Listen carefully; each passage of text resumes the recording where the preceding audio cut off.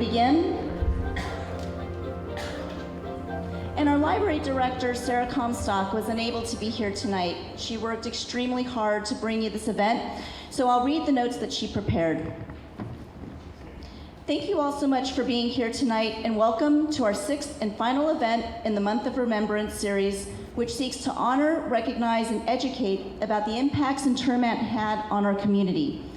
So on February 19th, 1942, President Franklin Roosevelt signed Executive Order 9066, an order which unjustly incarcerated 120,000 people with Japanese ancestry, approximately 70,000 of whom were American citizens.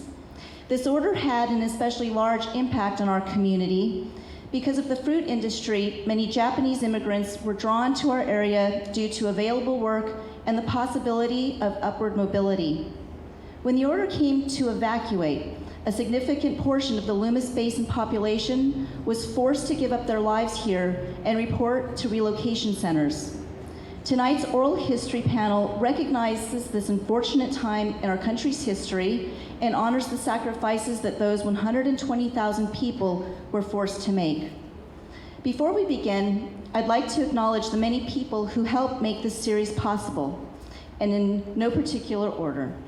The Friends of the Loomis Library for providing refreshments tonight. McLaughlin Studios for providing microphones and sound tech for tonight's program. Dos Equis and Frame Productions for providing videography expertise to ensure the stories told tonight will be recorded for future generations. The Loomis Basin Historical Society, and especially Barbara Leake for the enormous amount of work they've done for this program, including coordinating the display of community artifacts and heirlooms a few weeks ago. And last but not least, Jan Clark Kretz, Thea Craig, Rebecca Gregg, Ed Horton, Stu Kageta, Barbara Leake, Jerry Lewelling, Bonnie London, Fusei Miyamoto, John and Sarah Nita, Gordon and Joanne Takamoto, and David Unruhi, all of whom made up the Month of Remembrance Committee and helped make this entire series happen. And I can't understate how much work Sarah Comstock, our library director, put in, and without her, this wouldn't have been possible. Now, without any further delay, I'd like to introduce our moderator, Kathy Crosswaite. She is the Deputy Director for the Sacramento Public Library, and she's also a Loomis resident and has lived here for 33 years. When Loomis saved its library, Kathy was appointed to the Board of Trustees and has been a great resource for our library. We're grateful to her for moderating this amazing panel of community members. Thank you.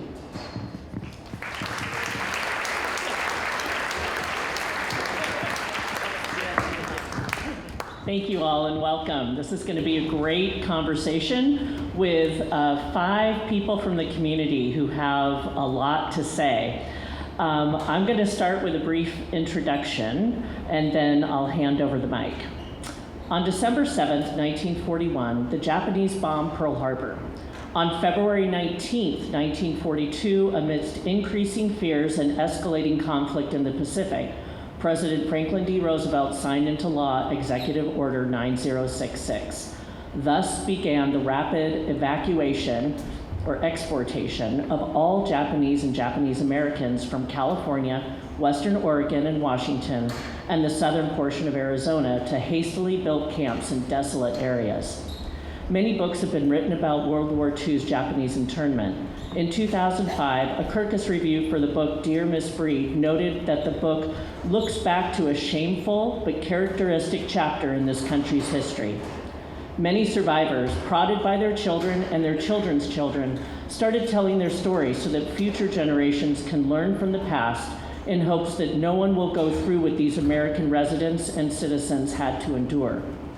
Over 2,000 people were transported from Placer County to assembly centers in Marysville or sent straight to camp in Tule Lake near the northeast border of California. Families were lucky to get a week's notice to pack up their lives into what they could carry. Today's panel is made up of community members who experienced this chapter of our country's history. We'll be hearing from different perspectives from within the camp as well as what was going on back home. So let's start off with brief introductions, and I'd like each of you to tell us why you're here on the panel. Jerry Llewellyn, and I've had the privilege of living in this part of the country all of my life. My folks were involved in the fruit industry, as you're going to learn more as I get into my talk. My dad was one of those that helped during the war, during the internment. And we've had Japanese Americans in our family, not our family, but involved with our family for all of our lives, and it's been one of the privileges that we've had. Thank you. Hi, I'm Stuart Kageta, and I just wanted to first of all say thank you to the town of Loomis and Sarah Comstock for this month of remembrance and keeping the history alive. And just a little side note, Sarah, in our first meeting, Sarah said, I was in your math class. I was born and raised in Loomis, and actually just down King Road, and I was a teacher for 36 years, and the last 21 right here at Del Oro High School. And my parents and grandparents are also longtime Loomis residents. And I was invited to this panel mainly to give my insights about the 442nd Regimental Combat Team, which my father was part of. He was in the F Company as a light machine gunner during World War II. Good evening, everybody. I'm Ed Horton. I'm a native here, born and been in Placer County my entire life. I was one of those persons that lost all my playmates. I had just started what Penryn Elementary School tried to have a kindergarten. It didn't work out. I have no idea why. I was 5 years old at the time. But Mr. Reese, the principal there, told my parents and other parents, if you want to bring your children or child up to Penryn Grammar School, you can have them sit in the back of the first grade room. We're not going to be able to have a true kindergarten, but they can come up and enjoy what ended up being the start of some lifelong relationships.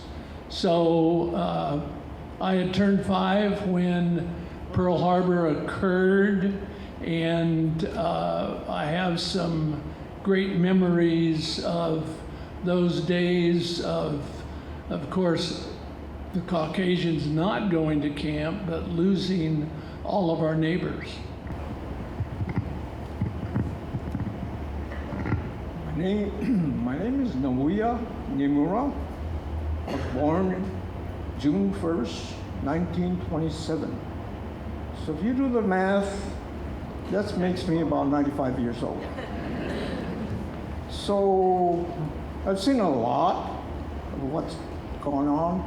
And when we were in camp, I was just a kid. I was 14 years old, and I went through high school in camp. So I graduated from camp, and we were the last graduating class of Tri-State High School. So that's my distinction there, yeah. Oh, hello. My name is Fusaya Miyamoto. I was 11, 12 when we went into camp. I lived in Lincoln, and the people here in Loomis had to go to an assembly center near Olivehurst. But living in Lincoln, I was west of Highway 40, or I-80 now, and north of 193, which was the Lincoln-Newcastle Highway.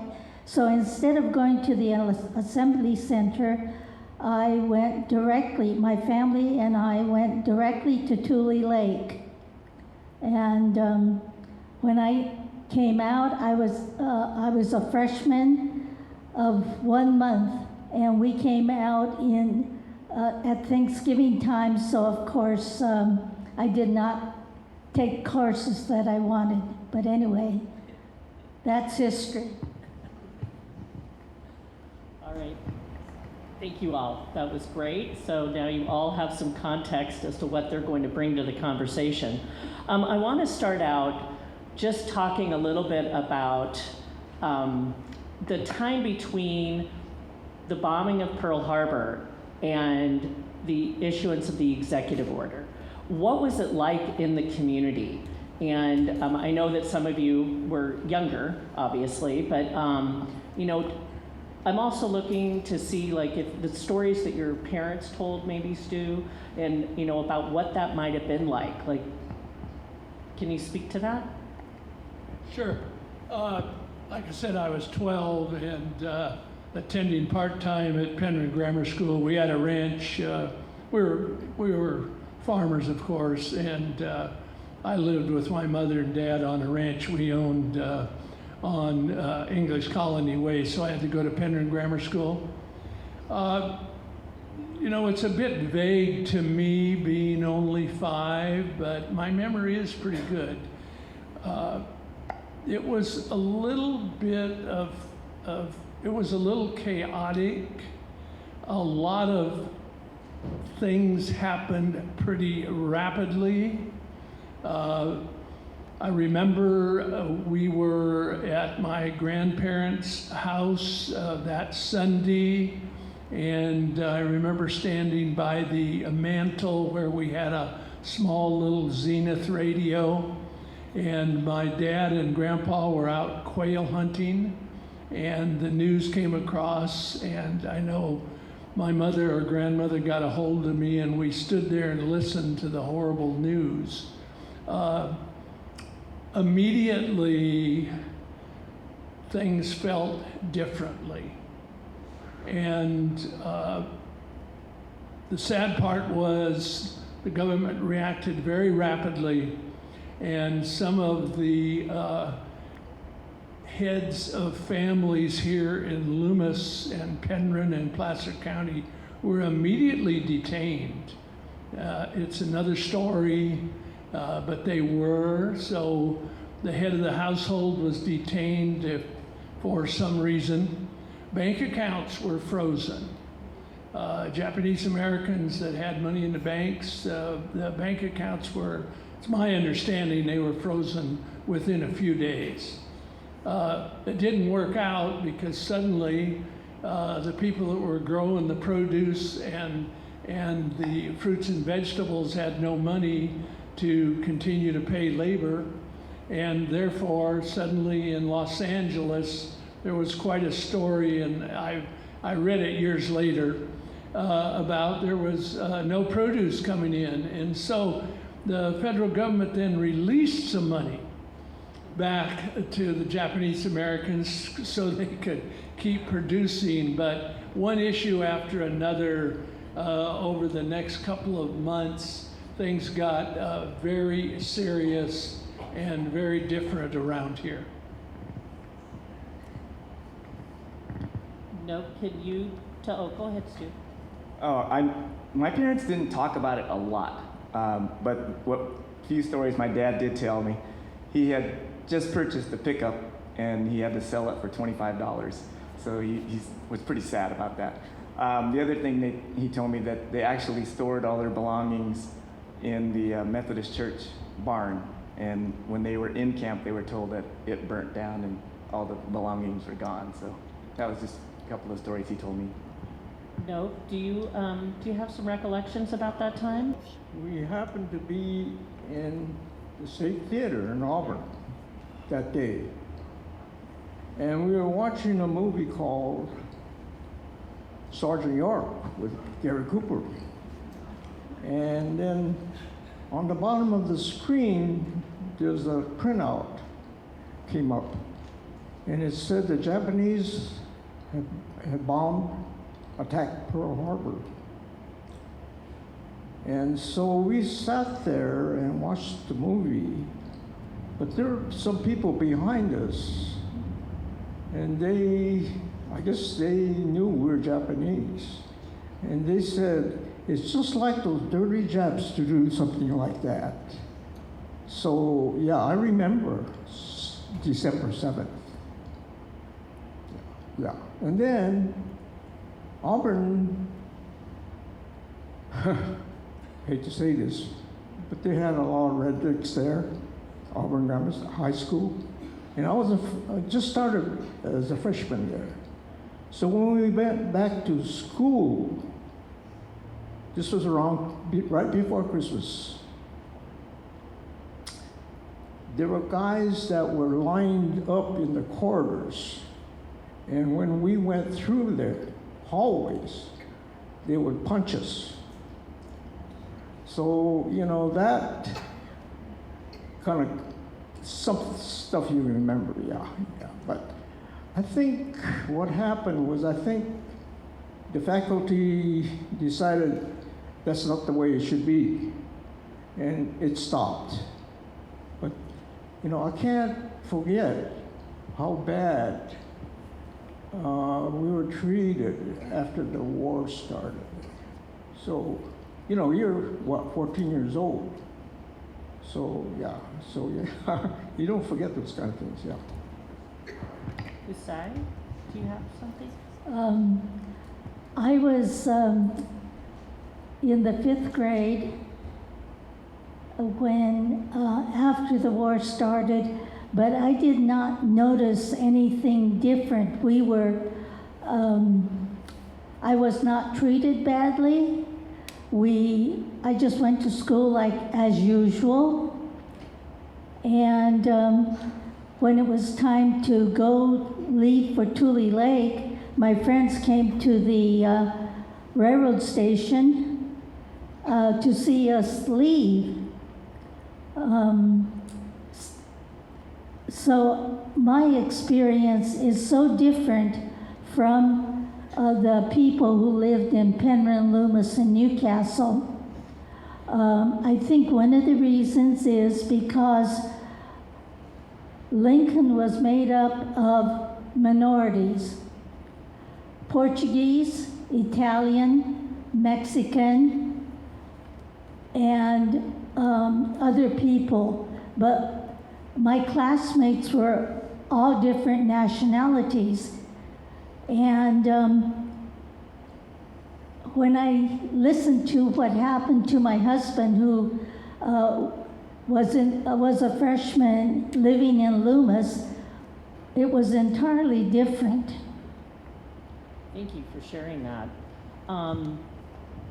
One of the things when I was, getting ready for this program, one of the things that really hit me was the fact that most Japanese families had 1 week, maybe more, sometimes less. What does one pack in 1 week? I know for my family, I was the oldest, and in the 5th grade, I remember we were told that we could only take 1 suitcase apiece that we could carry. Of course, my being the oldest, and I was 11 years old, or 12 years old, right in there. My father, my mother, and my grandfather were the ones that had to carry bulk of the clothing that we took. So, and we were carrying small pieces of, like, boxes tied up with rope with our clothes in it. I really don't remember too much about that. Yeah, I know when there was talk about putting us in the Japanese in camps, I told my parents, hell, this is America. They ain't gonna do anything like that. This is crazy. No, we ain't gonna be stuck in no camps or anything. Boy, was I wrong. Anyway, so yeah, everything's a blur kind of till we got to Manzanar. That's where we called it Assembly Center. It was a small, kind of a stop-off place where we waited till the permanent camp was built in Tule. And that's where we went to yeah. We had a good family group that lived next to my grandparents is on King Road. They lived near Hamamoto's and Makamoto's. And that was the Mitsui family. They did not come back here. They went on to Jolly Green Giant and bought land and were quite successful, but I didn't know it, and it was probably best that I didn't know it, but my grandmother stored all their possessions in the attic, and they actually took the attic door out and replated it with regular wood siding, so you couldn't even tell there was a door there. And the concern was that those of us that were left behind, if we were sympathetic, quote unquote, we were of suspicion. And so I remember the thing I remember about taking the Mitsuis. I rode in the car with my grandmother and my mom in the whole 2 cars, and I don't know who drove the other one, maybe Grandpa. We brought the Mitsui family in here to Loomis to get on the bus. They, of course, as everybody said, had 1 suitcase each. My playmate, who I think he might have been a year or so older than I, was named Jimmy Mitsui. And I always remember, and I don't know, we've never found it in the house in the last 30 years, but upon departing, he gave me a Japanese plate, a blue plate, and that was from another 6-year-old to a 5-year-old. And that's very precious. I wanted to move on and talk a little bit about life in the camp. So I know that Husai, you went straight to Tule Lake, and that Nob, you ultimately ended up at Tule Lake.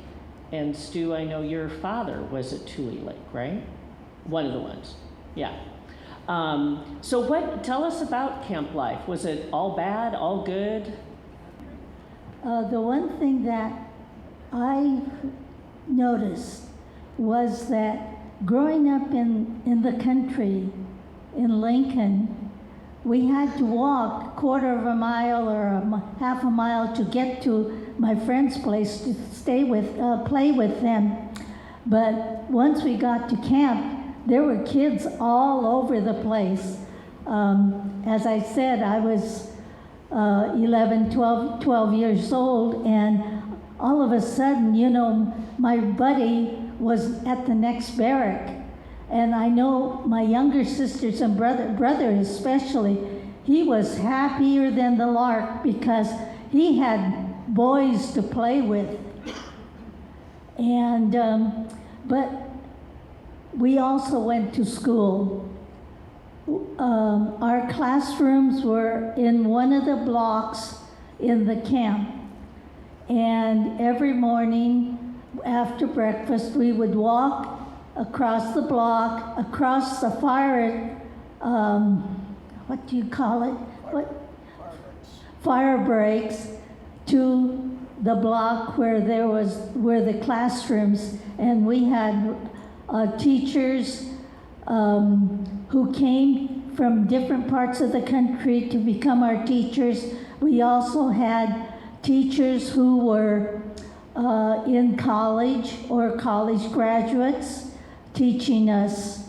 And so life went on just like normal, except we had a lot more friends to play with until 1943. And once they had the question 27 and 28 that asked about the loyalty oath, whether you would be willing to go into the military and fight in the war. And the other one question was, will you deny allegiance to Japan and fight for United States? And of course, after that, the camp was divided into those who wanted to fight for United States, were good American citizens, who left the camps, and Tule Lake became what they call the segregation camp of people who were anti-United States and wanted to go to Japan, hoping that the war would be won by Japan. My family was different. My dad, there were 4 of us who were under 12. My sister was born in camp that fall, so there was an infant. I had a grandfather who was in his 70s. I also, then my mother with an infant daughter and my father, and he said, if you let me go back to Lincoln, I'll leave any day, any time, but I will not take my family to someplace else, Chicago, other camps, when I am the only able person. So with that, we stayed in Tule Lake. With the question, my parents were both, yes, we will fight for America. In fact, when the draft notice came after the war started, my father went to the induction center and they told him he was too old, that they would call him if they ever needed an older person to be in the Army. But anyway, therefore, we stayed in Tule Lake until the end of the war. But school-wise, I went to the American school in the morning, 8 to 12.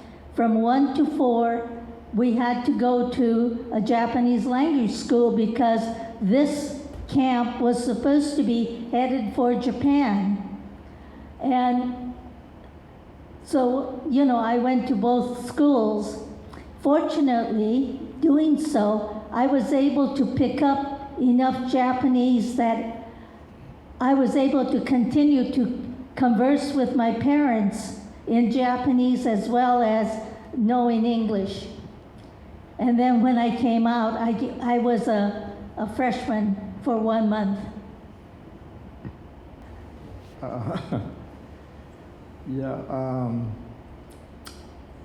We were poor.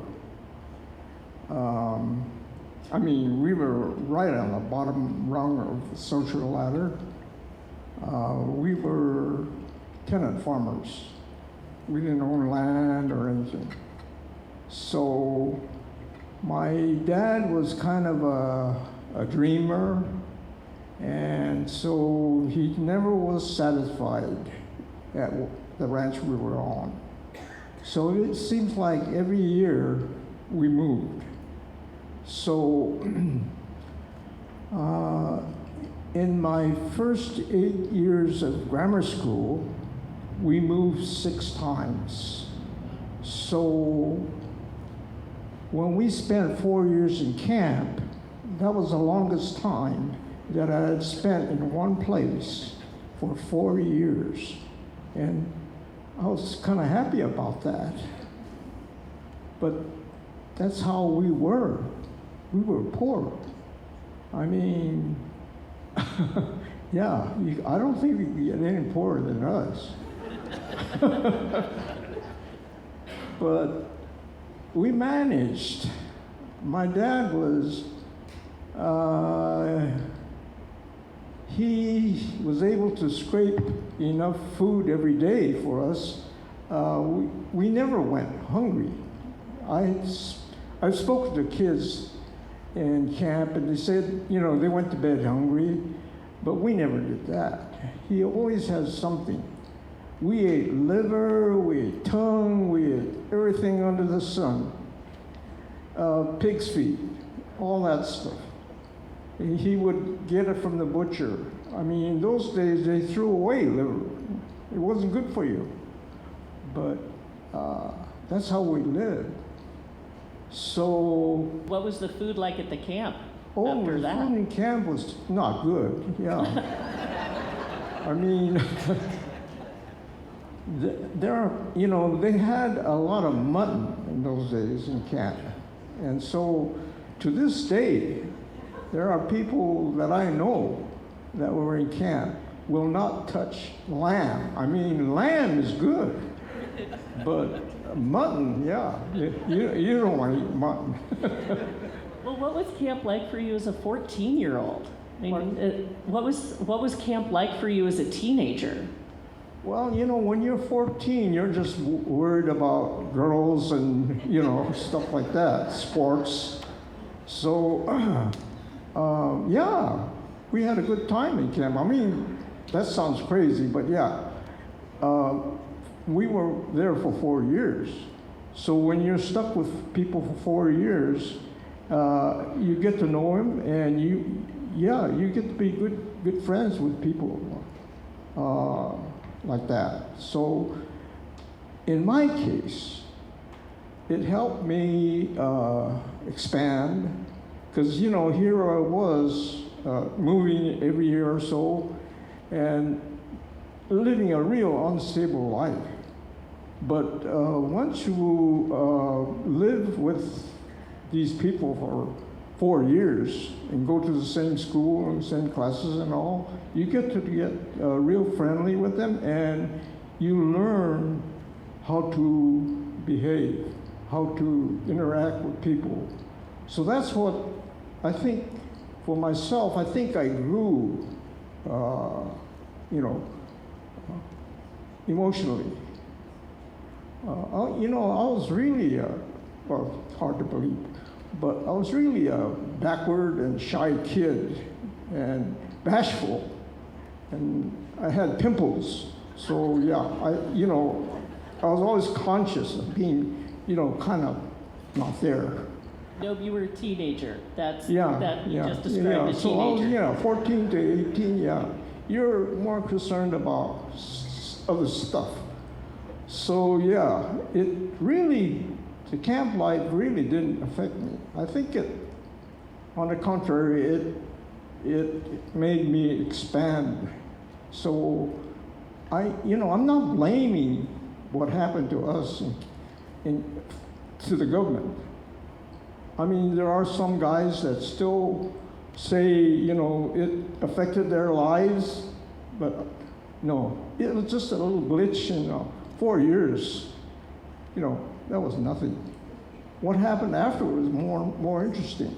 So that's how things are. Yeah. Thank you. Stu. My parents' experience is a little different because they were 21 years old when they went into camp.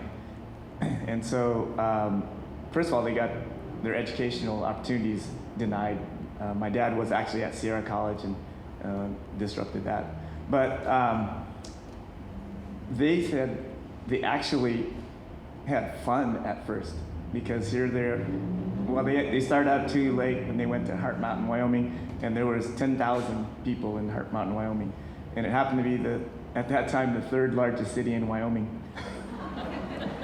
But Nov and I were talking just a little while ago, and he said he remembered watching my dad play baseball because they had so many people there. They had an actual baseball league. They had basketball. My mom said she was part of a 100-voice choir. So they had dances. So at first, they really thought it was fun. But then they realized the situation they were in, and it was more gravely, it hit them harder than. Well, I'm sure it was probably, fun when they didn't think it was going to last 4 years. Fusai, did you have something to say? Yes. What came to my mind is, when you asked how camp affected your education. I think the ones that were most affected were those who were graduating high schools, those who were at the universities, who were planning on careers, professions, and that was interrupted. And some people who were planning to be doctors, lawyers, they couldn't do anything until they were out of camp. And I know some of the people who were evacuated or moved to Chicago, New York, other cities back east, they continued their education after that. Those others who remained in camp for the longest time, they were not able to go to finish their education, so they were delayed. And after camp, they decided to go to colleges to become whatever they wanted to be.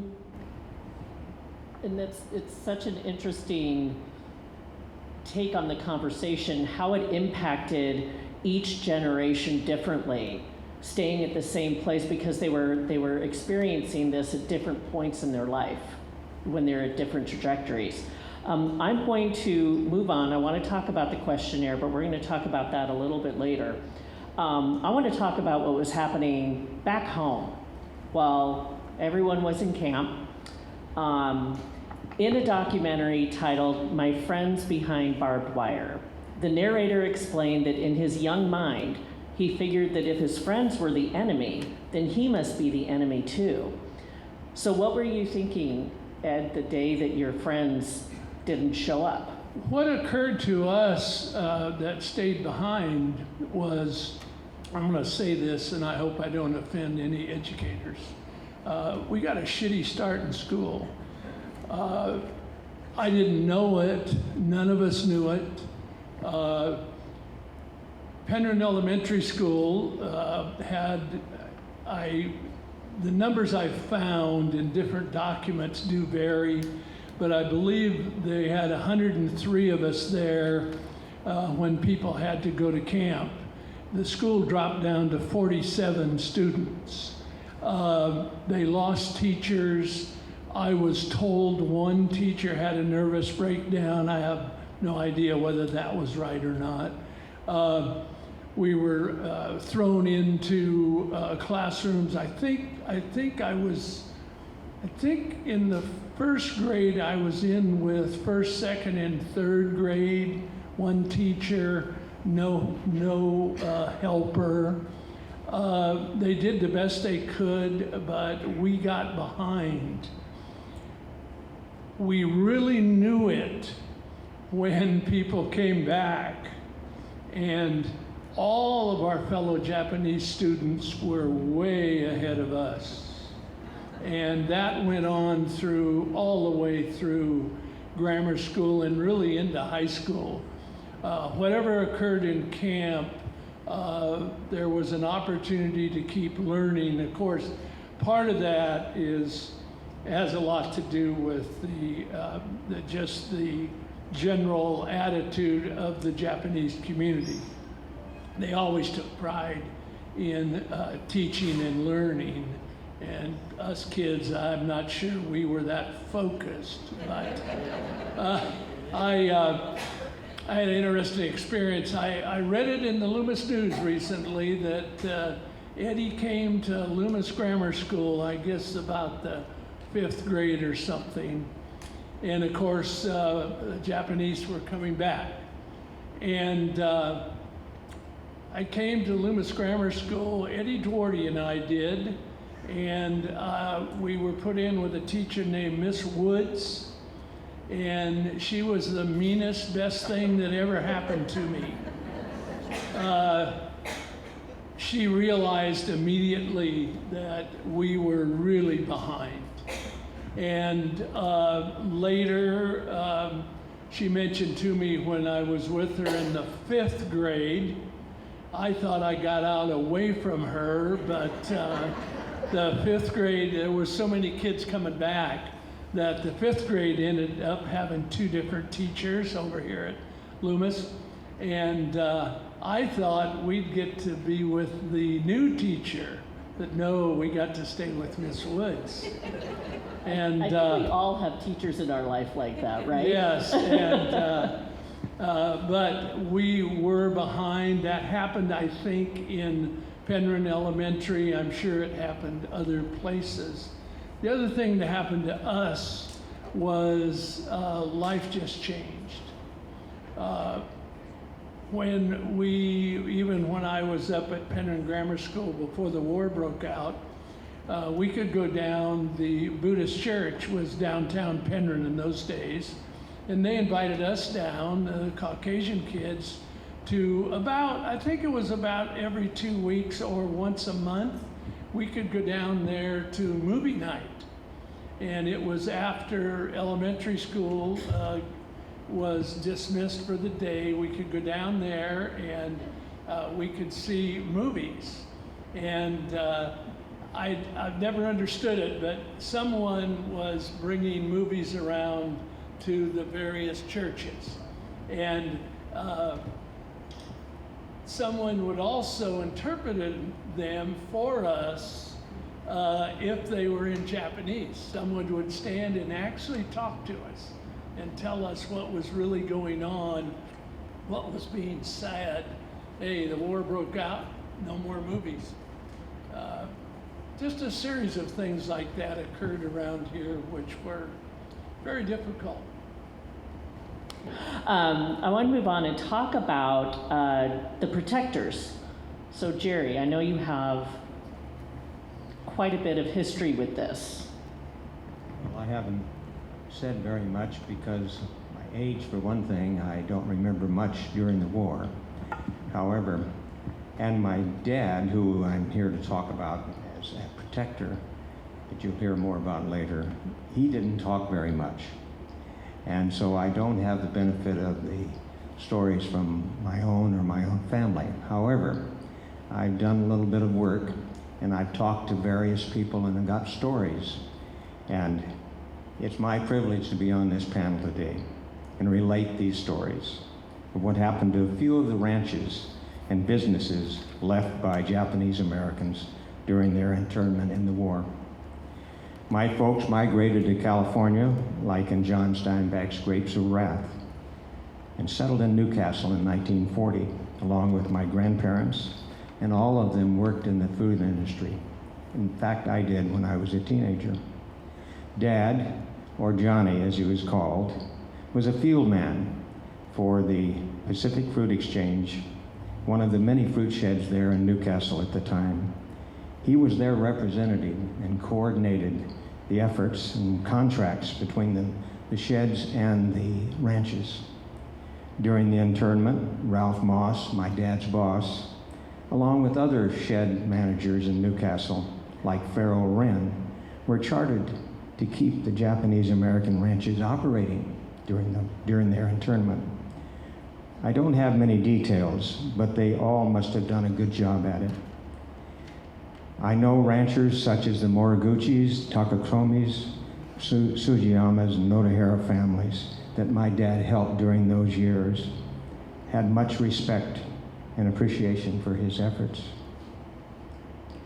In 2018, there was a Let's Never Forget event held at the Buddhist church in Penryn, where approximately 50 Japanese and Chinese American families were honored for their influence in the surrounding area. And I had the distinct honor and privilege to accept my father's special recognition. It was given to also Sam Lang, Ralph Moss, and Albert Saladana. And they were called the protectors. They were protectors of the Japanese ranches and properties during the internment.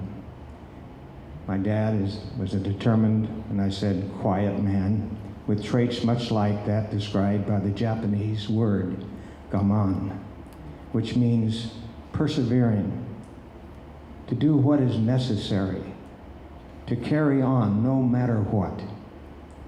I know that certainly applies to the Japanese Americans who endured the travesties, but also to all of the protectors who gave unpopular help to the Japanese Americans during the time of hate and fear in our country. Our daughter, Danelle Wilbur, wrote about her grandfather as a tribute to him after he was honored in 2018. And it applies also to the other protectors. She wrote, "What a beautiful tribute to a man who didn't use words to express his inner character. He showed it by the way he lived. Poppy was a choice. Poppy made a choice through an opportunity of circumstances to help his fellow man and a community of people. He was never one to follow the crowd or the cultural pressures of the day. I believe he knew the risk and personal cost, but that did not deter him for what he believed in doing. He believed in doing the right thing." Soldiers of war are honored for their acts of bravery and heroism with medals of honor. But how do you honor a humble man who quietly and courageously fought a war in the orchards of Placer County?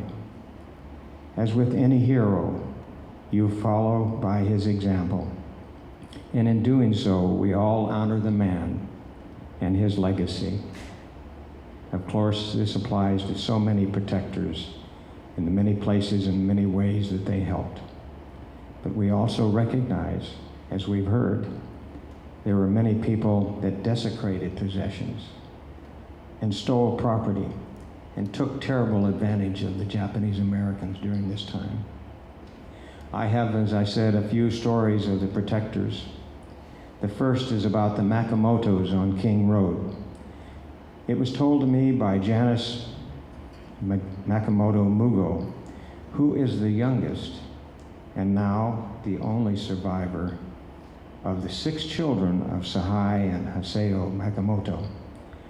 Her older brothers, James and George, many of you know them, attended Placer High before the war and were students in the ag classes and Future Farmers of America. They were taught by Frank Benito and Richard Richardson. The teachers used the Makamoto's ranches before the war as a workshop for their students to see how the fruit ranches operated. Upon internment, Mr. Makamoto asked the brothers to talk to those teachers about leasing the ranch. They did so with very good results, with the Bonito family living in the ranch home. When little Janice had to leave the camp, take her one suitcase, she couldn't take her treasured roller skates and hid them away, thinking there might be there when she came back in the closet of her parents. Mr. Bonito said to his daughter when he found them that, "Carolyn, these skates must have been left for you as a gift from Janice." Well, many, many years later, those two met and they shared their truth in their stories. And they had tears, many tears about that. Also a story of the Nakai family on Highway 193 near Newcastle. After a hate crime in 1932, when Yoshichika Nakai was assassinated, leaving his widow, Tomeo, and 5 children. The eldest son, Howard, grew up in the role of man of the house, and he helped run the ranch until the war and evacuation. Howard's best friend, Dan Masibo, was an arc welder in the Bay Area, working on ships. Very good job at that time. Howard called him and asked him if he had ideas how someone could take over the ranch. He said he would come up and talk to them the next day. When he came, he told the family he would take over and stay until they came home. The family did return 3 years later to a smooth running ranch and a well-stocked refrigerator and pantry, a gift they never forgot.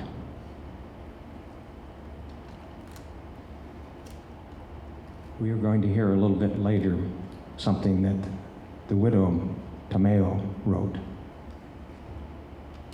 Another protector was Gene Fowler. During the war, he was working with the Newcastle fruit growers. He was asked to take over Lila Hanamoto Sasaki's parents' orchard in Auburn. They knew him since they brought the fruit to the shed in Newcastle. Gene arranged for and hired workers to live in the ranch. He oversaw the operation successfully until the family returned home. Gene later, as most of you know, helped build the Fowler Nursery in Lincoln, a highly respected business.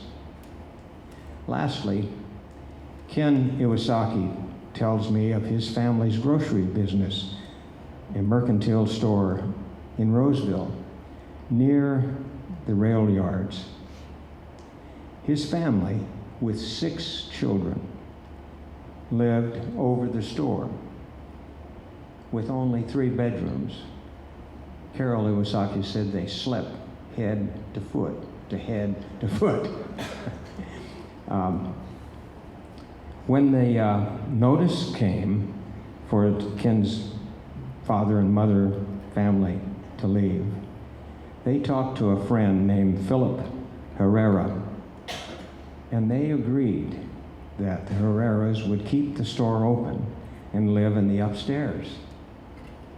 Mr. Herrera learned the business very well, obviously, because at the end of the war, when they came home, the store was in good order and what have you.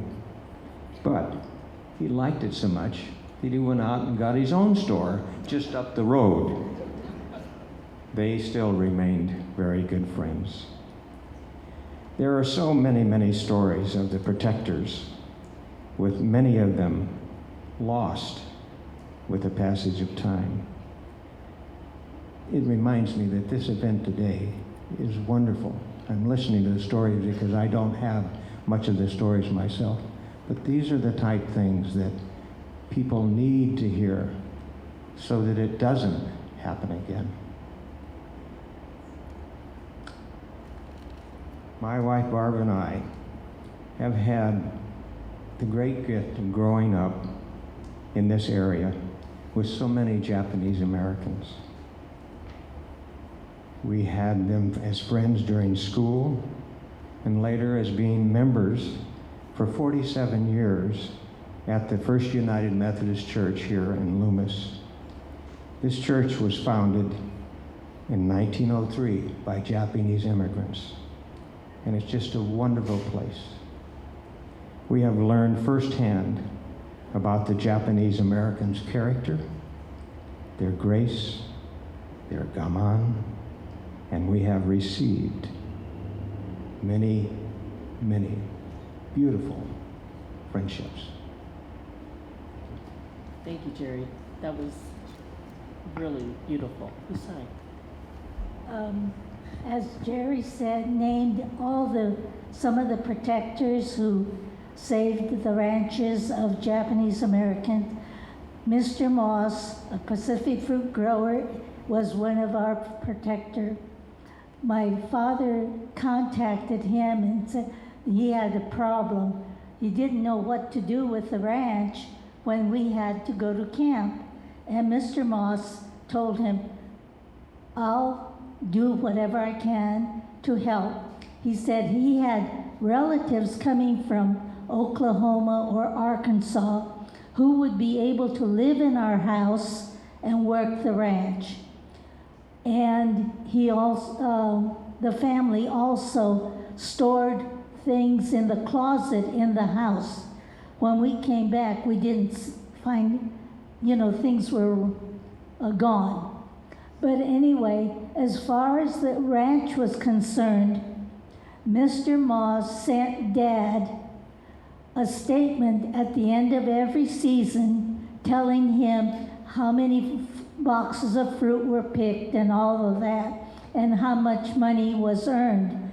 In the end, we found that we did not make any money, but Mr. Moss had paid the property tax for the and therefore we did not lose the ranch at all. We had something to come back to we were one of the lucky ones. When we came back from Tule Lake, we ended up in Penryn at Goto's grocery store. The Gotos had the upstairs as a rental for workers and other people. And we stayed up there while my parents went to Lincoln to take care of the orchard and make sure that the house was ready for us to move back. In the meantime, I went to Placer High School as a freshman.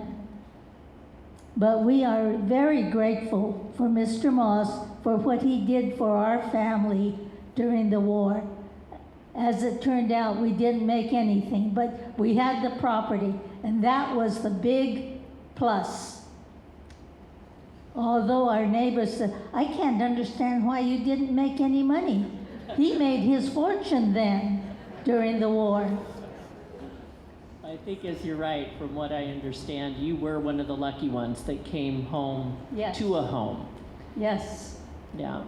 So speaking of heroes, I want to switch the conversation a little bit and talk about that loyalty questionnaire and question number 27 and 28. I know that that caused a lot of angst in the camps. But Stu, tell us a little bit about your dad's experience.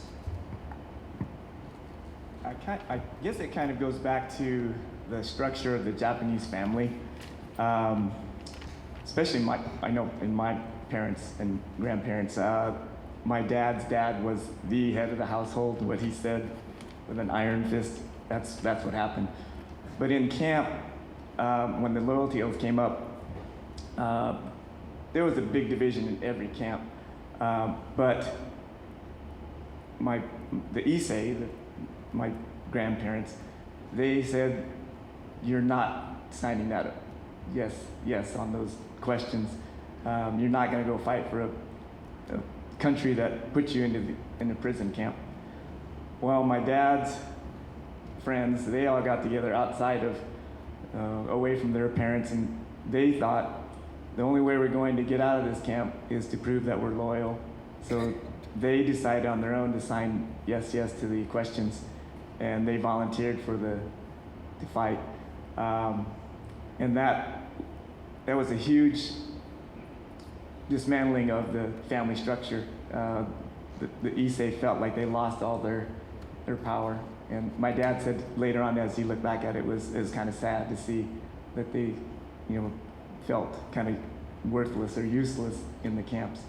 So, but even though my dad signed the oath, they volunteered to sign up. They were given the classification of enemy alien, and so for many years they were not allowed to even fight until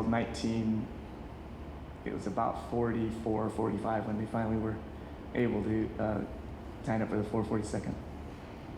Before we go into the 442nd, Nope, what was your experience with that loyalty questionnaire? I understand you ignored it. Yeah, that was kind of really a decisive time in camp. Somehow, I didn't answer the question. I don't know how that happened, but I think when this notice came out, my dad was working they had an office, block office, where all the mail went. And my dad got a hold of this letter about, this question of loyalty, and he got rid of it. He burned it. And I think then he got in big trouble. They said he was a real agent or something, Japanese agent or something, so they sent him off to Bismarck. Is it North Dakota or South Dakota? Anyway, he spent a couple of years there. So I think because of him, I never answered that question. So a lot of my friends, they did. And then they said no, they were going to be disloyal. They weren't going to join the army or anything like that. And then they, on top of all that, they renounced their citizenship. Now, then afterwards, when the war ended and they decided not to go to Japan and they wanted to, live in the United States, and here they were, non-citizens. They wanted to get their citizenship back. So there was this guy, a lawyer, I think he was based in San Francisco, but he was an advocate of trying to get all these guys that had renounced their citizenship. And through his efforts, they got their citizenship back. But I think it cost the guys a couple $1,000. And at that time, that was a lot of money. So anyway, that was what a lot of people went through on that citizenship question. So, somehow I didn't answer that question. Yeah. So I guess I was a citizen all this time. I was lucky. Yeah. The ones who had to answer the question were anyone over 18. So if you're not 18 in 1943, you didn't have to do that. I know the guys in my block, a lot of them didn't answer. They said, why should we answer such a stupid question? We're Americans.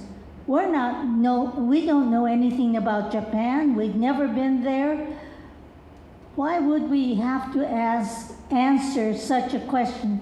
And because they didn't answer, they were taken to the stockade, and then those who were more violent were taken to the jail in Klamath Falls.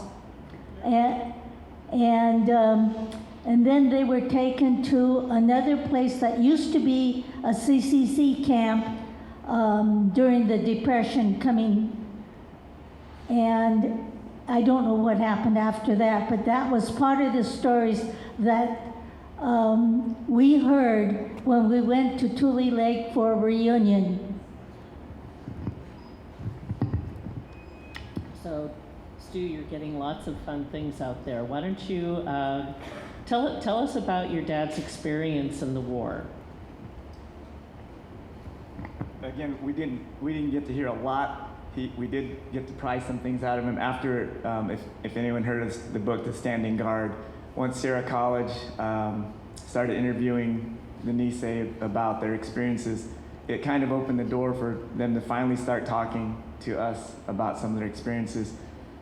So just some of the things that my dad shared. He was involved with one campaign in Italy where they tried to break through the Gothic line. If anyone's a history buff, then you know what that was. It was a stronghold, one of the last strongholds for the Germans. And they sent battalion after battalion, and they couldn't break through the Gothic line, so they sent, because of the record, they sent the 442nd. So my dad was part of that. They had to climb the backside of the mountain. At some points, they said it was a 6-degree angle, so they were crawling on all fours. And one of the things they told them, they were only going to climb at night, and you can't make any noise or you'll give away our position. And my dad said he actually saw one person fall to his death and didn't hear a peep out of the guy. He fell to his death but didn't cry out because he knew he'd give away the position. But anyway, it were months and months they couldn't break through the Gothic line. The 442nd climbed the mountain, surprised the Germans, and broke through the line in about half an hour. So he said he was really proud of that action that he was involved in. So what is that large award that, that you're staring at in your lap? In 2012, the United States decided to as a group, they honored the 442nd, the 100th Battalion, which originally was from Hawaii, and they joined with the 442nd, and the MIS, which is, they were never recognized during the war, the MIS, because they took special Japanese language classes to have a code, so the Germans and Japanese could not break their code. But anyway, all three of those were honored in 2012 by the United States government. And I was lucky enough to take my father back to Washington, D.C., and he earned the Congressional Gold Medal. So if anyone wants to look at it later, it shows on the back the 442nd MIS and 100th Battalion. So your father, how long was he in camp before he signed up? How long was he in camp being incarcerated by the government that he went to go fight for? It was about 2 years. Okay. And then how long was he in the military? About 2 years. Oh, okay. Yeah. Okay. But he was, if anyone hasn't heard of the 442nd, they were considered the most decorated battalion for their size of anyone in the United States history. They had 7 major campaigns in Europe that total about 18,000 people. Out of those 18,000 that served, 9,486 casualties. 18,000 over the number of people there were, 18,143 individual decorations, 7 presidential unit citations. So that's, again, they were recognized as one of the in the history of the United States, one of the most highly decorated units for their size. And I think it speaks to the generation that lived through this experience that it wasn't until really the early 2000s when the Sierra College project of Standing Guard, right? Standing Guard. That's when you started really hearing the stories and really appreciating what all your parents and yourselves went through. Well, because I know you understand it, you were there. I wanted to talk now about coming home. So you've been in camp for a few years, you've had the protectors that are taking care of the land, and then the Japanese are defeated, and now you're coming home. What was that like? Was it welcoming? Was it difficult? Was it a smooth transition? For me, it was just like coming home. For the 2 weeks I spent in Placer High School, I hadn't made many friends up at Placer, but when I came back to Lincoln, I just fell right back into the group that I was with in the 5th grade. And as far as high school, it was like normal. I didn't feel any antagonism. At lunchtime, we'd go uptown, and there was one store that said, "No Japs allowed," or something in that. I don't remember the exact wording. But then the grocers were just as nice to me as to my friends. And as I said, it was back to normal. I was back with the same group of kids that I was in the 5th grade. Of course, we were divided because of the classes we were taking, but, excuse me, but otherwise, it was as if I hadn't gone to camp at all. But the people who went to other high schools, my husband said it was completely different. And I think Nob could attest to that. No, by the time the war ended, I was out of high school. Oh, that's right. Yeah, so that's when I made, I guess, the biggest decision of my life was when I told my dad, you guys are going to Japan, but I don't want to go. I was the oldest son, and so by rights, I should have stayed with the family. But my dad, for some reason, he didn't oppose it. I don't think he wanted me to leave, but he didn't really oppose it. So, and he was pretty vigorous at the time. So I guess he figured, well, so I left camp and I went to San Francisco because I had a friend that lived in San Francisco. And then we stayed at the Buddhist church in San Francisco. And, it was a kind of a place where you could stay and try to find a job. And so at that time, a lot of the guys at that age became what they call schoolboys. You went to work at a family and you helped them, cook, be a servant.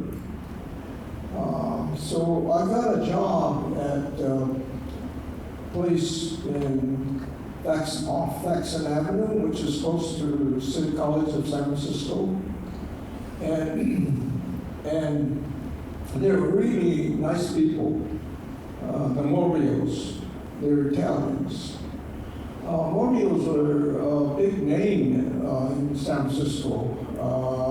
They were part of the Sutro family. So, they're pretty high-class people. The guy was Mr. Morio was a lawyer. Anyway, I went to work as a schoolboy there. And I helped the lady of the house cook and clean the house. I did everything, ironing, laundry, stuff like that. I never did anything gardening outside. It was all inside.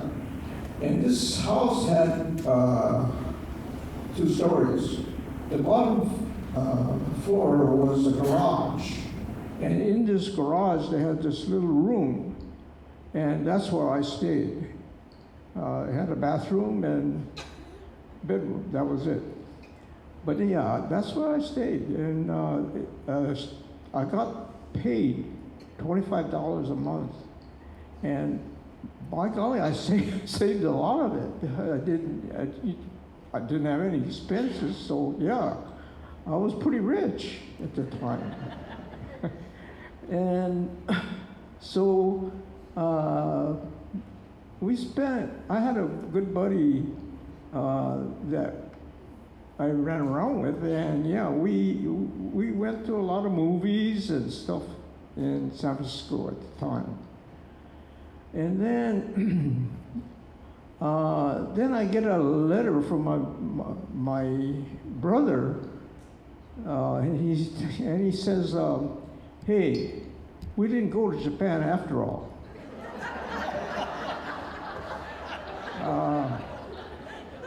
We're here in Penryn.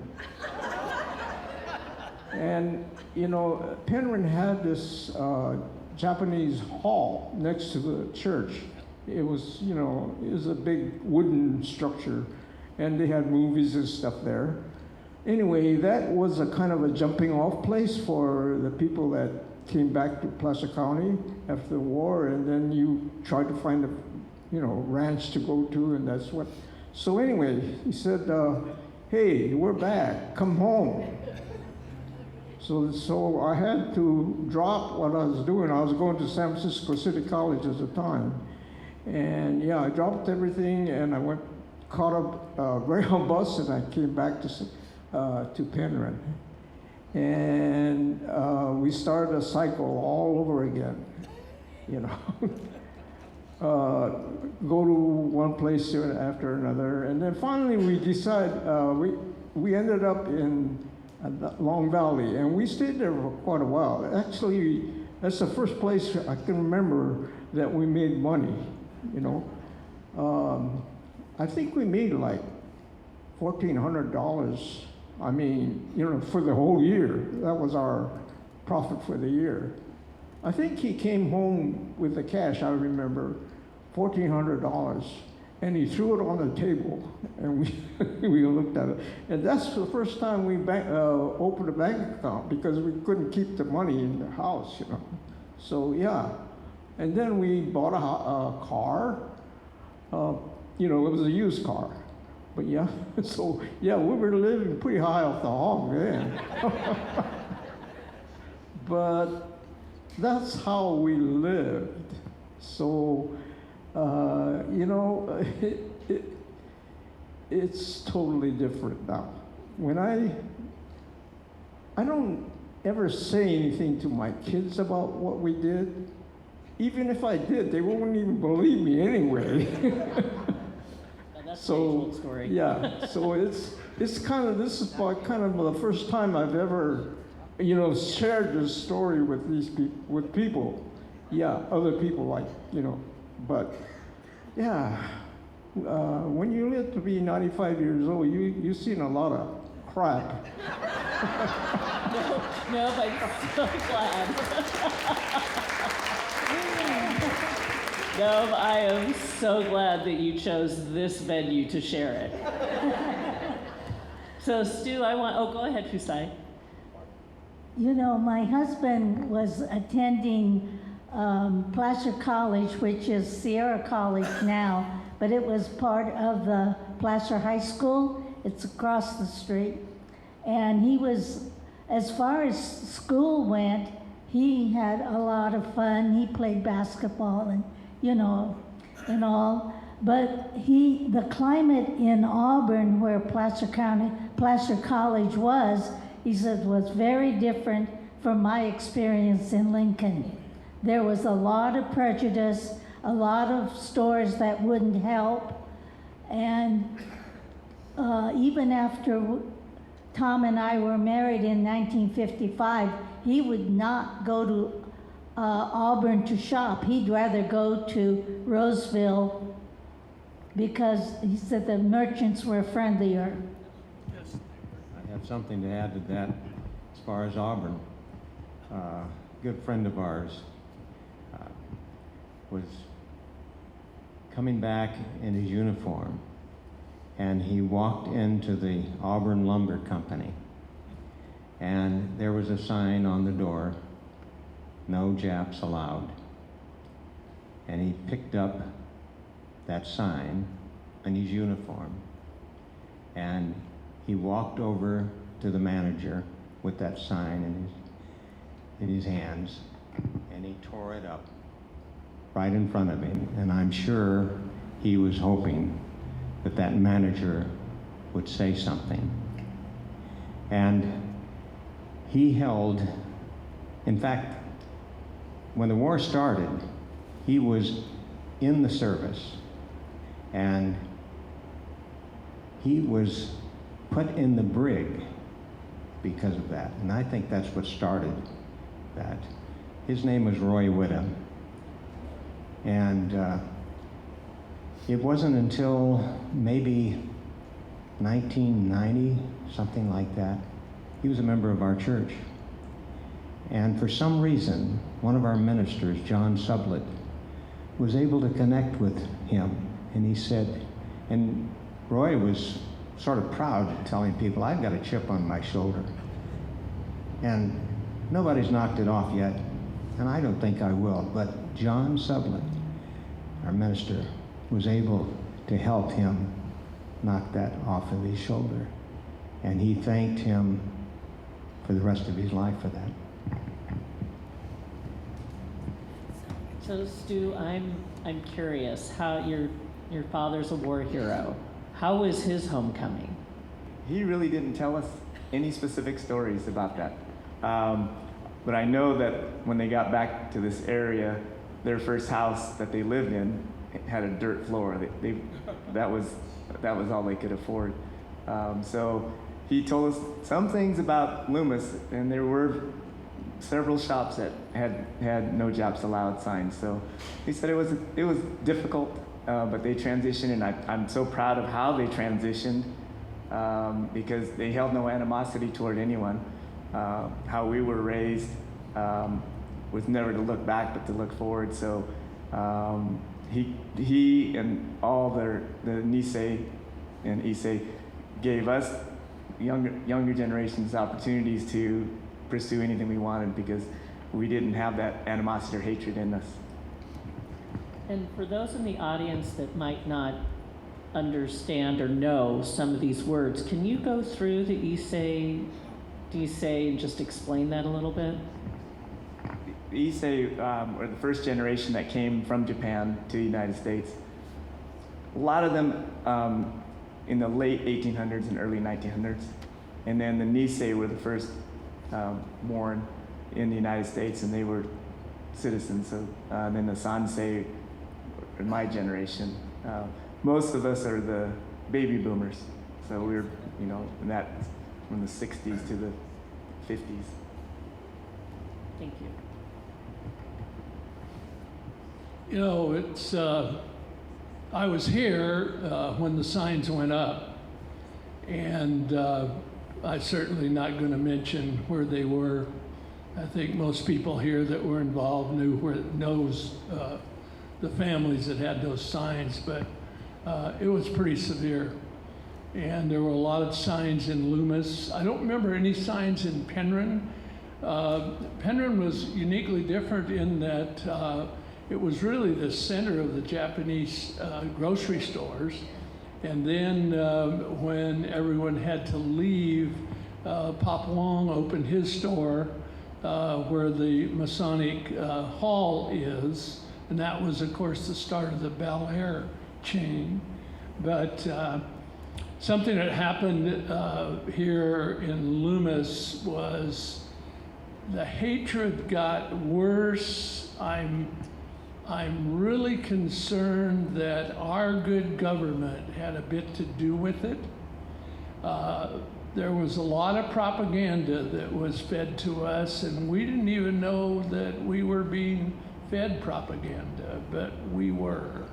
As I look back on it, I'm 10 years younger than this guy, but I too have learned a bit. And a lot of propaganda was passed out. A lot of families took it for what it was, didn't pay much attention to it. Other families, I think it kind of turned them a bit against the Japanese community that was truly their friends. We all grew up together, so it was not good. Roseville was the kindest in my mind, and Lincoln. To the Japanese returning. Loomis and Penryn. Loomis was a little worse than Penryn. Penryn and Newcastle, I think, was probably maybe the most friendly. Auburn being one of the toughest. But nothing against good people from Auburn. I've got relatives up there. They didn't even like us that grew up here in the valley, they called us. My grandmother went to what became Placer High School. My mother went to Placer High.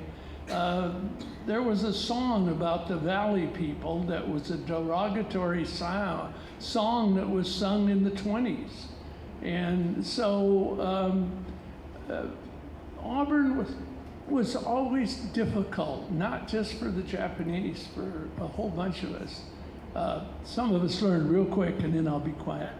Some of us learned real quickly the way you became part of the Auburn community was to get involved with your high school Auburn girls. If they accepted you, you were in. Of course, you were hated by a lot of the Auburn guys, but it was well worth it. Well, we talk about the Makamotos, which Frank Benito and Mr. Richardson ran their ranches. That's how I met Carolyn Benito. We were exactly the same age. And I met her when we were either 4 or 5. I think we were 5. And then ended up back together at Placer High, and Frank was my advisor at Placer. So if you hooked up with the girls and they thought you were okay up there, you survived Auburn. Otherwise, it was not good even for Caucasian kids. No, that was great. That's good. So I want to wrap this up. We have a couple things. First of all, I'd just like to get your take on whether you think anything like this could happen again in this country. I was really afraid for the people from the Near East after 9/11 because I had heard or read something to the effect that maybe the camps would be the place for those people. And I just prayed that nothing like that would ever happen. And of course, it didn't. But those members of the families were attacked by others, Caucasians. I worry about attitudes. Even now, we're getting people who are shooting innocent people, and I wonder if that's part of the mentality of the hysteria that happened during the World War II. Fear has a lot to do with it, and misunderstanding. Does anyone want to speak to whether they think that this could happen again, like what the possibilities are? Yes. I certainly think that it can happen again, and we all need to be vigilant in so many ways. As Ed had mentioned, during World War II, the government misled us, and the government can do that again. It has, and it can again. So we all need to be vigilant. We all need to be careful about who we put in government, so that decisions like that should not and cannot be made that put us all in jeopardy. And Lord knows, after World War II and the internment, that you can be put in jeopardy without any recourse. Terrible travesty that happened then, and we do not want that to happen again. Yeah, I'm lucky. I've, from an old-time family here. My great-grandparents settled here around the gold rush time, and we're the Webb family, Webb Street and some of that. My grandma Pearl Webb warned me when I was young that I had to be aware of the fact that our family was disliked by some of the Caucasians in this community, and I won't say which group, because my great-grandparents owned and took in the Chinese community. The Loomis Chinatown, we owned it, and we rented property and buildings to all of the Chinese community. And I was warned about that as a young kid, to be very careful about some people's thoughts in this community. Thank you. And yes, things like this can happen again. We have to all be very astute. What disturbs me is until I was 90, I thought we were doing fine.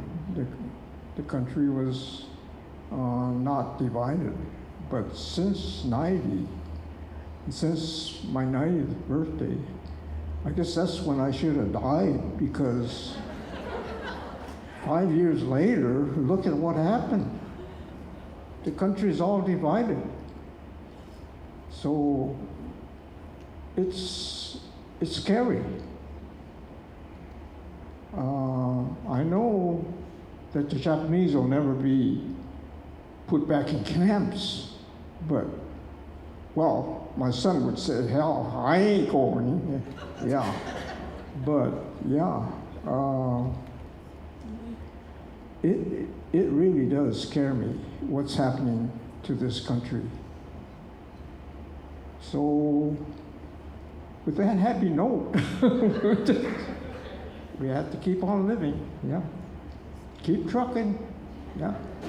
Yeah, I definitely think that could happen again, just because people haven't experienced or walked in other people's shoes or felt what it's like. Just an example, I was golfing at a country club, and it was just brought up. I looked around, I was the only person of color there, and they said, I don't get this Black Lives Matter stuff. And I wanted to say to them, of course you don't. Look at your skin color, look at the money you have. You don't get it because you can't get it. So I hope people are wise enough and educate themselves to look at things through other people's eyes and through their lens. So it can happen because some people just choose to stay in their own lane and not look around at other people's situations.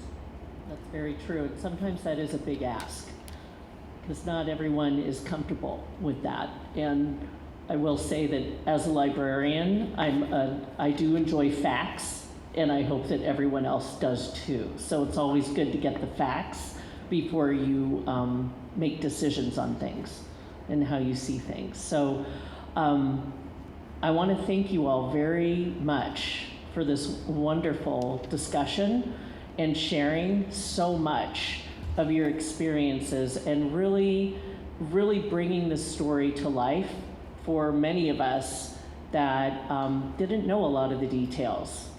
And it's really interesting to hear those personal experiences, so thank you. And yes, thank you. And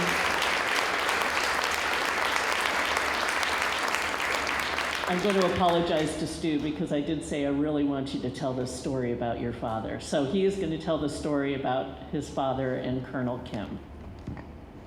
The one thing that he told us about actually what happened in the war, there was at the time, a lieutenant, young Kim, and if anyone knows history, the Koreans and the Japanese didn't get along very well. And so he was going to be assigned as lieutenant in the 442nd, and the commanding officer pulled him aside and said, I'll transfer you right away. And he said, why? And he says, well, I know the history. So Lieutenant Kim at that time said, no, I want to be involved with the 442nd. So my dad got to meet him, got to see him in action. He said he was one of those guys that led from the front, not from behind. And he said he never wore a helmet in battle. He wore a stocking cap. And he said he'd see Colonel Kim, he became colonel, but Lieutenant Kim would lead from the front, crawled on his belly, take out a machine gun nest, crawl on his belly, take out another machine gun nest, and say, okay, boys, follow me. So my dad said that was my true hero. So going forward to 2002, all the 442nd members are being honored at the California legislature, or through the legislature, and so I took a day off of school and I went down to the Capitol with my parents, and they were honored in the state Capitol. And then we went across the street to the Crest Theater. And my dad walked into the theater and looked over and said, that's him. And I said, who? He said, that's Colonel Kim. So I said, come on, Dad, we've got to go meet him. And I started to walk, and he just planted his feet and wouldn't budge. And I said, what are you doing? He says, I can't talk to him. He's my hero. He's up here. I'm down here. And I said, Dad, you're never going to get the opportunity again. So the way he put it, he left drag foot marks across the lobby. But I brought him over, and I said, Colonel Kim, I wanted you to meet my father. And my dad shook his hand and said, Colonel, you're my hero. And Colonel Kim looked at him and said, no, sir, you're my hero. And so it was just one of those Kodak moments, you know. So I got a picture. I took a picture of them. And Damn it, Stu, that got me the first time and the second time. Thank you. That's such a good story. We want to open it up to questions right now. Oh, I'm sorry. Gosh, I totally lost my mind. That's okay. Yes, Jerry, thank you. I have another thing that I wanted to share, and it came from Carol Nakai Iwasaki. She loaned me a wonderful book written by her grandmother, Tameo, that I mentioned earlier, The Widow. It's a tremendous book about her recollections of her life. Near the end of the book, her grace and thanks were beautifully expressed when she said, I have been truly blessed, and I thank God for these gifts. My gratitude extends to this nation, which gave me the right to citizenship. I have suffered with her for her transgressions, but she has brought me she has brought me untold treasures beyond that which is represented by gold. She has granted me refuge in this parcel of land we call our own. She has provided my children with opportunities of education and positions in society equal to all men. It's hard to imagine this beautiful expression of thankfulness even after the terrible times that she'd experienced in her life. Amazing. Thank you.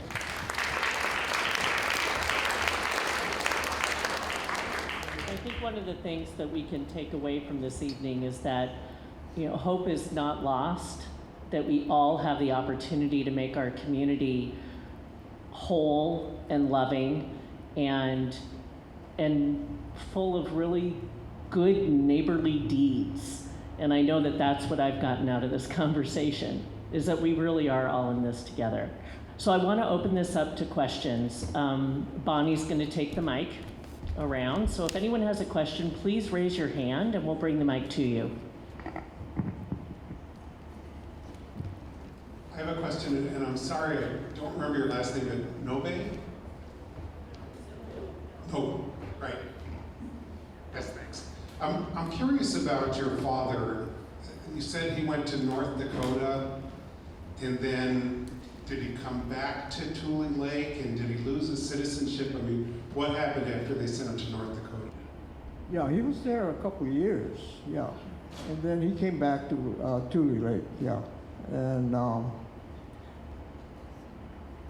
yeah, he was kind of a rebel. He was, he kind of really embarrassed me because he wanted people to be not so wasteful. And he would get up at the mess hall with everybody sitting there eating their dinner, and he would rant and rave about people wasting water or hoarding the coal. You know, it was they had to heat their rooms with coal. They had a big old stove, coal stove. So yeah, he'd get up there and I would be so embarrassed, but that's the way he was. He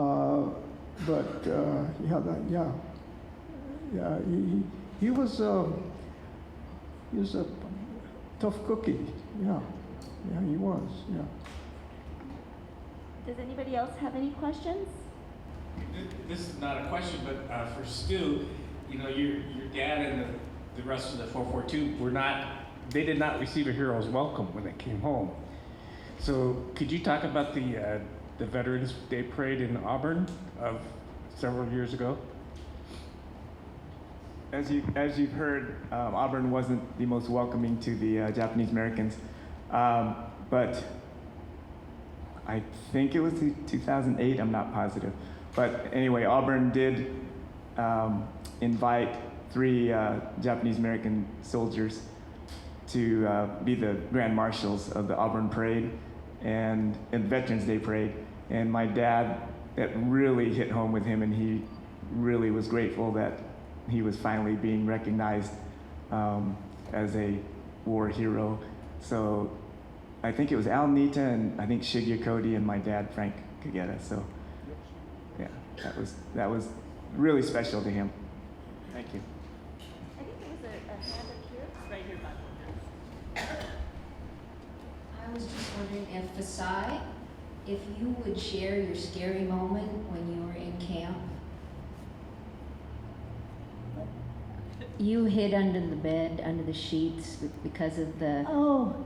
I guess it was 1943 when, I guess it was after the questionnaire, and at that time there were quite a few young men who either wouldn't sign or sign no. And at one time, the soldiers came, they came in tanks, they came in trucks, they circled our block. We, of course, we didn't know anything, so we were running out there trying to figure out what was going on and yelling and hollering. And then the soldiers started tossing tear gas at us. And of course, it burns your eyes so much that you can't tolerate it. And we, the children, we all ran home to our barrack rooms and hid under the,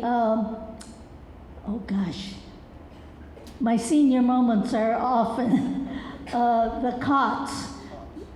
And with the army blankets on, we crawled out, at least my friends and I did, to get away from the tear gas, and of course get away from the soldiers too. But the soldiers rounded up all the young men in our block and they took them away. And that was one of the scariest times that I experienced in camp. 42. Yes, we were the bad block. Any other questions?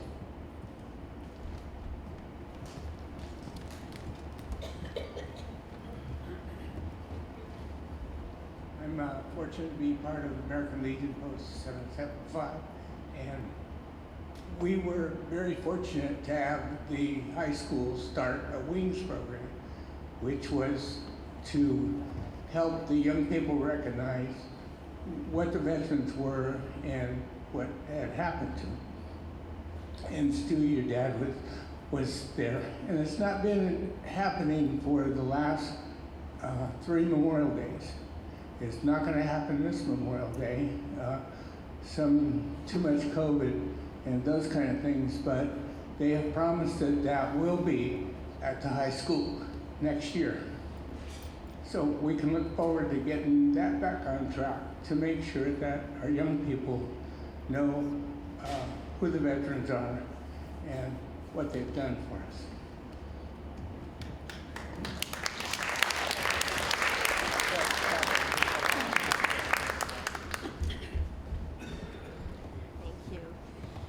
Fasai, you mentioned that most of your friends were at the school when you came back, but I think that a lot of people didn't get to come back home, and I just kind of wanted to get a sense of what the panel would say about how many people didn't come back from the camps.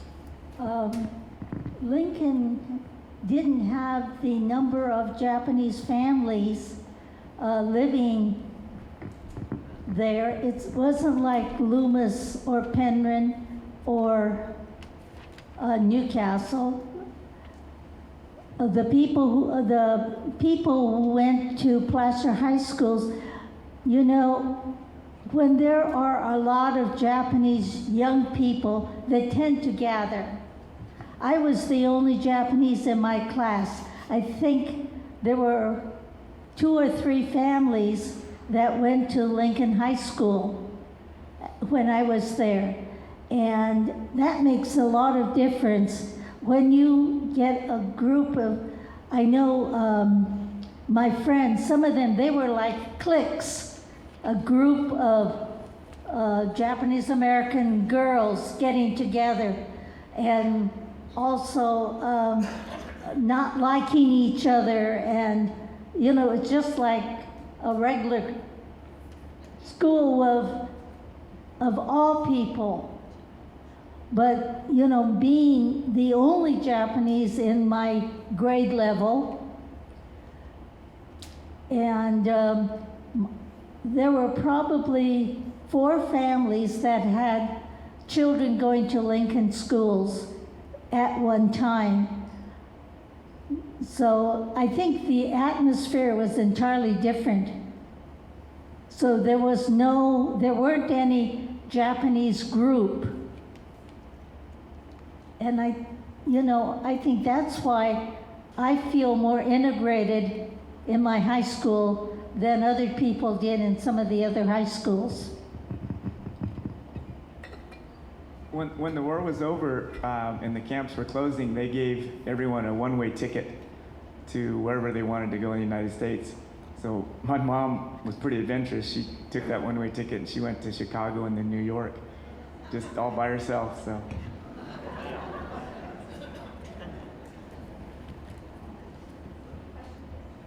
I have a comment, please.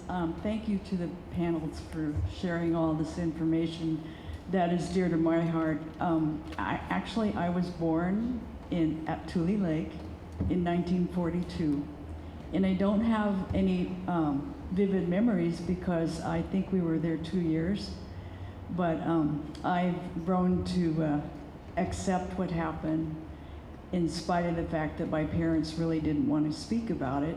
And I think that was really because they didn't want to have us suffer anymore.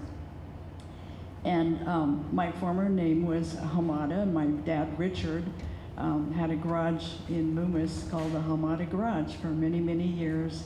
And I love Loomis. I was raised here, and I did go to Placer High School, and I had no issues, but that was in 1960, so yeah. But thank you all. Thank you for this event. It's wonderful.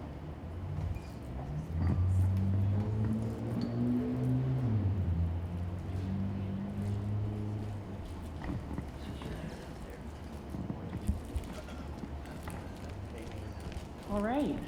Well, I think that does it. We're going to wrap up the program. Thank you all so much for coming out on your Thursday evening to listen to these stories. I want to again thank the panelists. Thank you so much for sharing so much of yourselves tonight.